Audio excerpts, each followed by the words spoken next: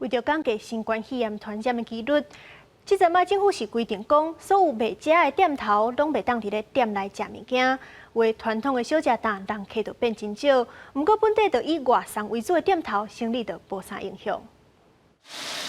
店头家无闲准备食材，这拢是人客预定的饭包。即阵国内新冠肺炎的本土疫情严重，民众除了选择家己煮，无就是包装厝内或者是订外送。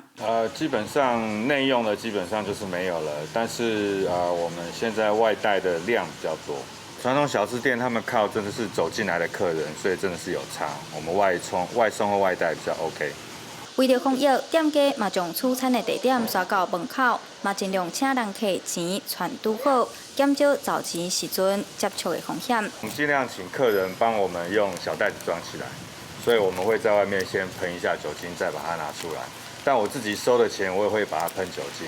酒精、喙暗，甚至挂防护的目镜，店家自发性做好自我保护。政府也规定，无论超市、超商、大卖场、餐饮店，全部暂停内底接食的服务。